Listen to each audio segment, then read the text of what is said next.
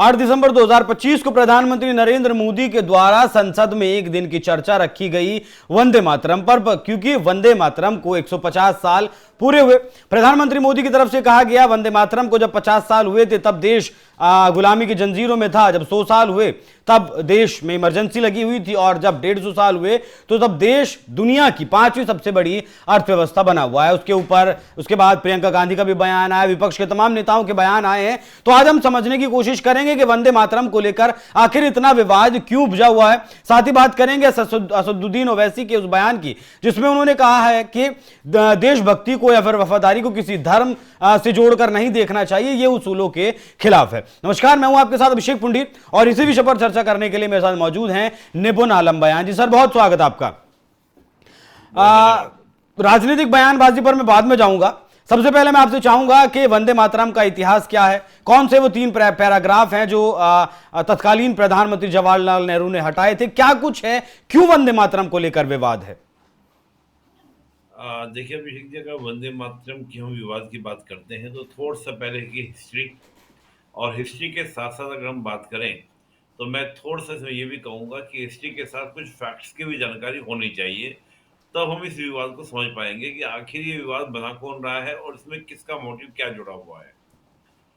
होता क्या है कि 1875 में बंकिम चंद्र चटर्जी ने बंगला भाषा में और संस्कृत भाषा में वंदे मातरम लिखा, जिसको बाद में उन्होंने 1885 में आनंद मठ जो पुस्तक थी उसके अंदर सम्मिलित कर दिया। बाद में देखें तो रविन्द्रनाथ टैगोर ने इस पर एक धुन भी बनाई और ये पूरा का पूरा आपका वंदे मातरम खड़ा हुआ। वंदे मातरम जो गीत है, इसको राष्ट्रव्यापी कब बना, ये बड़ी इंटरेस्टिंग बात है और इसके बाद ही चीजें बहुत अच्छे से क्लियर होंगी। होता क्या है, 1905 में अभिषेक जी, 1905 में आपको याद होगा 1905 में बंगाल का विभाजन हुआ था, पूर्वी बंगाल और पश्चिम बंगाल। तो उस बंगाल विभाजन में ये गीत जन आक्रोश का गीत बन गया था। मतलब जनता इसको वंदे मातरम गा गाकर अंग्रेजों का विरोध कर रही थी। और खास बात क्या थी कि बंगाल के विभाजन को स्वीकार नहीं करना था। हम्म। उसी समय जब ये बंगाल के विभाजन को लेकर विरोध चल रहा था, तो विरोध करते समय उस समय एक जगह है बंगाल के अंदर, बारिसाल। वहां पर क्या था, एक किसान नेता जो बंगाल कांग्रेस के प्रांतीय अधिवेशन था, उसके अंदर नाम था उन नेता का एम रसूल, मुस्लिम थे। उन्होंने वंदे मातरम गाया, मुस्लिम ने, एम रसूल ने। और जब वंदे मातरम गाया तो उसके बाद ब्रिटिश गवर्नमेंट के द्वारा उस असेंबली के ऊपर हमला हुआ, लाठीचार्ज हुआ। और उस लाठीचार्ज के बाद ये जो गीत था पूरे देश का गीत बन गया। अगर उस समय 1905 में वंदे मातरम ना गाया जाता और इस प्रकार से जो कांग्रेस की प्रांतीय अधिवेशन में वंदे मातरम ना गाया जाता और उस पर हमला ना हुआ होता, तो वंदे मातरम चर्चा में आने वाला नहीं था। ठीक है। उसके बाद बहुत सारे जो नेता थे हमारे, चाहे वो क्रांतिकारी हो, अशफाक उल्लाह खां की हम बात करें, राम प्रताप बिस्मिल की बात करें, भगत सिंह की बात करें, सब ने इस बात को, इस गीत को गाया।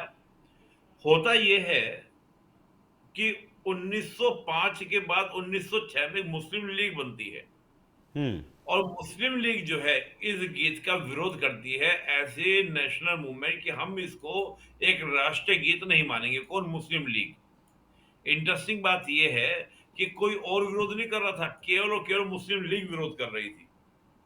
हम्म। तो मुस्लिम लीग के विरोध के चलते 1937 में एक समिति बनी कि इस गीत का कौन सा हिस्सा रखा जाए और कौन सा हिस्सा ना रखा जाए।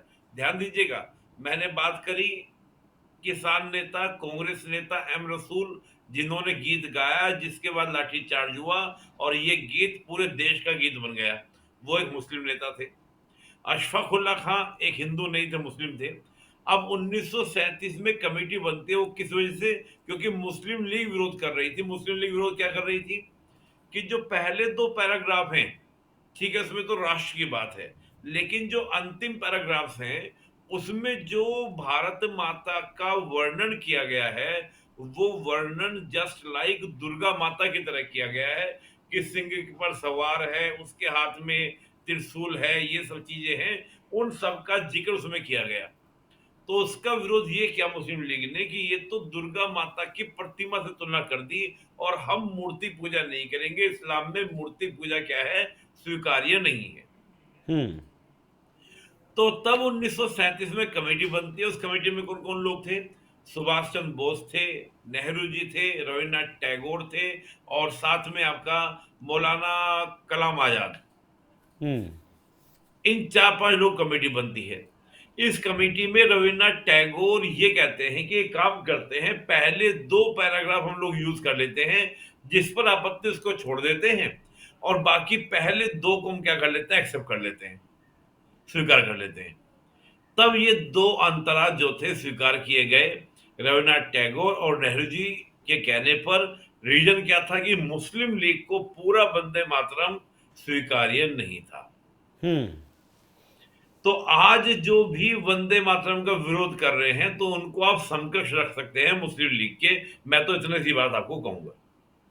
इसीलिए शायद प्रधानमंत्री मोदी ने उन चिट्ठियों का जिक्र किया जिसमें लिखा था कि अगर ये शामिल किया गया तो मुस्लिम इरिटेट हो जाएंगे। कल मैंने संसद में आपको शुरुआत इसी बयान से की। अगर अगर आप बताइए, एम रसूल जो थे वो हिंदू थे, मुस्लिम थे, उन्हें था। कहने में आपत्ति नहीं थी। अशफाकुल्ला खान क्रांतिकारी, नाम लिया जाता है बड़ी आदत से, बड़ी इज्जत से, उन्हें हम्म। आपत्ति नहीं थी। आपत्ति जिन्ना को हुई, लीग को हुई, मुस्लिम लीग को हुई, जिसने फूट डाली, जिसने देश का बंटवारा किया, उसकी आपत्ति को आप दर्ज करके मान लिए। और इंटरेस्टिंग बात आगे सुनिएगा, ये तो 1937 की बात है। 1929 में, कमाल की बात सुनिए, बड़ा इंटरेस्टिंग बता रहा हूं आपको। ये इतिहास की चीजें हैं जिसको जानना जरूरी है, क्योंकि इतिहास के बगैर वर्तमान समझ में नहीं आता है। हम्म। 1929 में 29 में कांग्रेस ने कहा कि हम अपना पूर्ण स्वराज्य घोषित करेंगे, पूर्ण स्वराज दिवस मनाएंगे। कब? 26 जनवरी 1930 को। हम्म। मतलब 26 जनवरी को हम अपने आप को आजाद घोषित करेंगे। कौन कह रहा है? जी। कांग्रेस। हम्म। और 26 जनवरी 1930 से लेके 26 जनवरी 1950 तक आप देखें, वो 26 जनवरी नहीं, 26 जनवरी 1949 तक, यानी कि 30 से लेकर 49 तक, 19 सालों तक जो राष्ट्रगान के रूप में कोई गीत गाया गया तो वो वंदे मातरम था। हम्म। 1930 से लेकर, मैं कह रहा हूं 1949 तक, यानी कि 24 जनवरी 1950 को, यानी कि बाद में जब हमारा संविधान लागू हुआ, तो लागू होने के बाद फिर हमने राष्ट्रगान के रूप में जनगण मन को गाया। और हम्म। दुनिया में केवल एक ही देश ऐसा है जहां पर राष्ट्रगान और राष्ट्रगीत दो दो हैं। नहीं तो राष्ट्रगान के रूप में हमने हमेशा किसको गाया? हमने हमेशा गाया आपका किसको? वंदे मातरम को, 1930 से लेके 1949 तक। हम्म। ये इंटरेस्टिंग बात है। और एक इंटरेस्टिंग बात और मैं आपको बताता हूं, जब 1929 में कांग्रेस ने तय किया था, तो उस समय आरएसएस के जो हमारे मोहन हेडगेवार जी थे, हेडगेवार जी ने उस समय कांग्रेस के पूर्ण स्वतंत्रता वाले विचार को, कि हम पूर्ण स्वतंत्रता डिक्लेयर करते हैं, इसका स्वागत भी किया था, वेलकम भी किया था।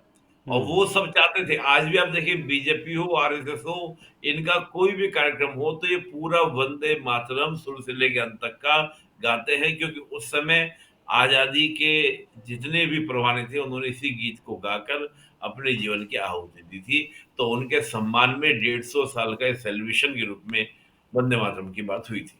जी। ठीक है। अब जो असदुद्दीन ओवैसी ने कहा है कि वफादारी को, देशभक्ति को आप इस पैमाने पर नहीं तोल सकते हैं कि आप वंदे मातरम गा रहे हैं कि नहीं गा रहे हैं। एक बार बताइए अभिषेक जी, सिंपल सी बात है, कैसे कैसे तोलेंगे?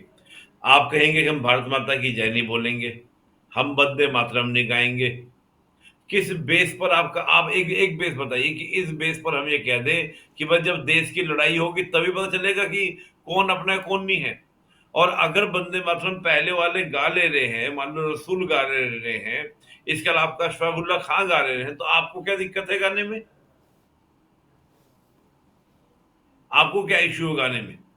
और देशभक्ति का मतलब बात है कि देशभक्ति आपको पता कैसे चले? मैं कहता हूं कि ये बात मैं बार बार सुनता हूं कि हम भारत माता की जय बोलने से देशभक्ति पता चलती है क्या? हाथ में तिरंगा लेके देशभक्ति पता चलती है क्या? कैसे पता चलेगी, आप बताइए, और क्या पैरामीटर होगा नापने का कि कोई देशभक्त है या नहीं है? एक तरीका मुझे आप बता दीजिए।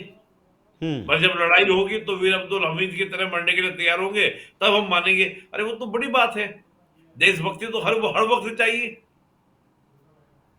हमें सड़क पे जाम नहीं लगाना, हमें सड़क पे तोड़फोड़ नहीं करनी, हमें नियमों से चलना है, कानून से चलना है, सड़क पे चलना है, हेलमेट लगाना है। ये सब का पालन ही देशभक्ति है। हमें टैक्स अदा करना है, हमको वोट डालने जाना है, ये सब देशभक्ति, ये भी सब देशभक्ति में आएगा।